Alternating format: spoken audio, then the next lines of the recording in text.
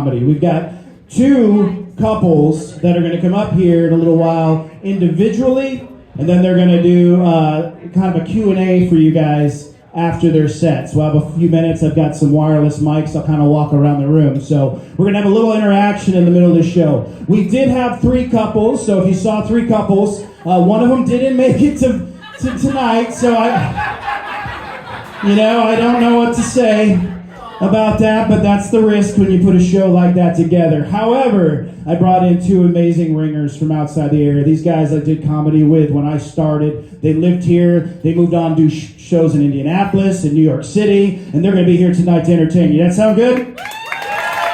Fantastic. Oh, we're going to have a good time. Where's my veterans? Let me hear my veterans in the room. We got a few of you. I know we got some from Vet Ticks here. We got veterans. I am a 26-year military veteran, active duty. Yeah, and then I started stand-up comedy because I wasn't depressed enough. So I was like, let me try this. No, I mean, I'm a United States Air Force veteran, and yes, I am. Ooh, we got some Air Force folks. I was going to say I'm also disappointed in my service, but no, I had a great career, man. I did 26 years, but I'll have to be honest, I was lucky to get in. I was, because I did terrible in high school. Graduated 94th out of 95 students. Number 95 rarely showed up.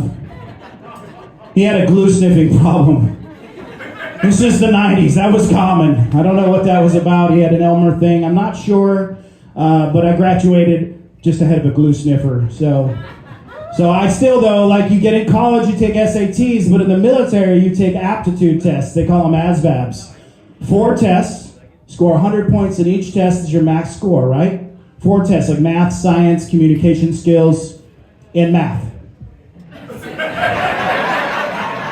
4 tests, 100 points each. I scored, check it out, 136. Total, across all 4 tests. I was like, I'm going to shop those around to the 4 military branches. I was like, and I did go to the Coast Guard guys. I did check them out. They were like, dude, we've got our 10 people, man. We're good. Check you later. I don't know what they say. They're Coast Guard. But no, I did. I went to the 4 military branch. I wanted to be a Marine. I did. I went down to the recruiter. They were supposed to be there, but I felt like they saw my test scores already. So like I imagine when I showed up, I could see like people moving around and like there's one dude at the door like, we got enough dumbasses in the Corps. We don't need any more. No, okay. Listen, I love the Corps. I work with them all the time. It helps me feel grounded. So, but no, I had a great career, man. I did. My deployments were very different. As a matter of fact, I don't even know if I'm authorized to call them a deployment. Because when I was in the Middle East, on one of my deployments, we had a recreational tent out there and it had musical instruments. It was behind the wire, so it had musical instruments. So I decided I'm going to put together a classic rock cover band. In the Middle East, we called it Arabsmith. Yeah, true story. You wonder why they hate us over there. Just gave you a context clue. So, listen, we played a lot of classic songs, played all the great hits by Aerosmith too. We just changed it around a little bit. So like, you know the song Walk This Way? Ours was Walk This Far Behind Me. Or Dude Looks Like a Saudi. That was a big one.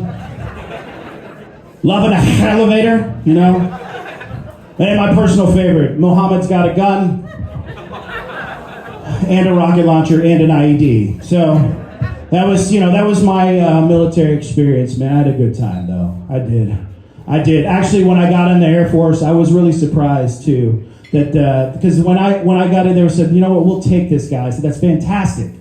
I'm like, what kind of planes you guys gonna let me work on? They're like, oh, we don't want you near planes. They're like, hey, how do you feel about spatulas? So I spent 6 weeks of professional military training to essentially say, would you like fries with that? That was what I did. It was a good career. So, but it led to my current occupation. I work for the Drug Enforcement Administration, the DEA. Yeah, generally quiet after I say that. So actually, usually someone yells, "Narc!" And then I have to tell the comics to stop yelling that. So, no, I'm not an agent. I am not an agent. But it was cool when I got the gig, man. I was like, I'm going to work for the DEA? That's fantastic. What kind of gun you guys going to let me carry? They're like, ooh, how do you feel about spatulas?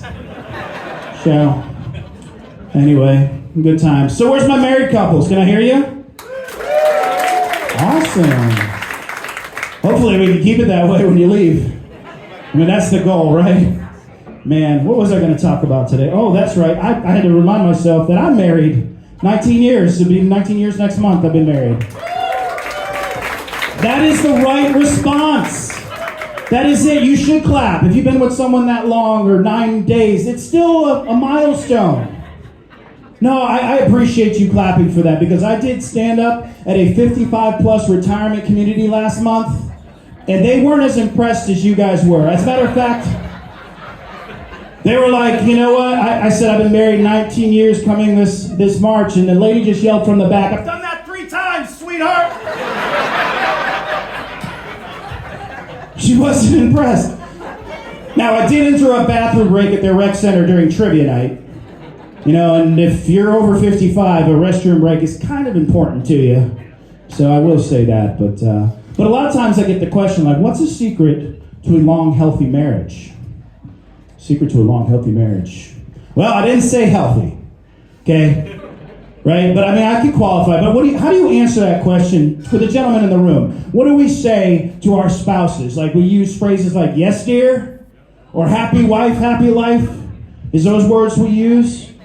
Or, you know, she doesn't speak English. What else do we use? She's been in a coma since 2006. What?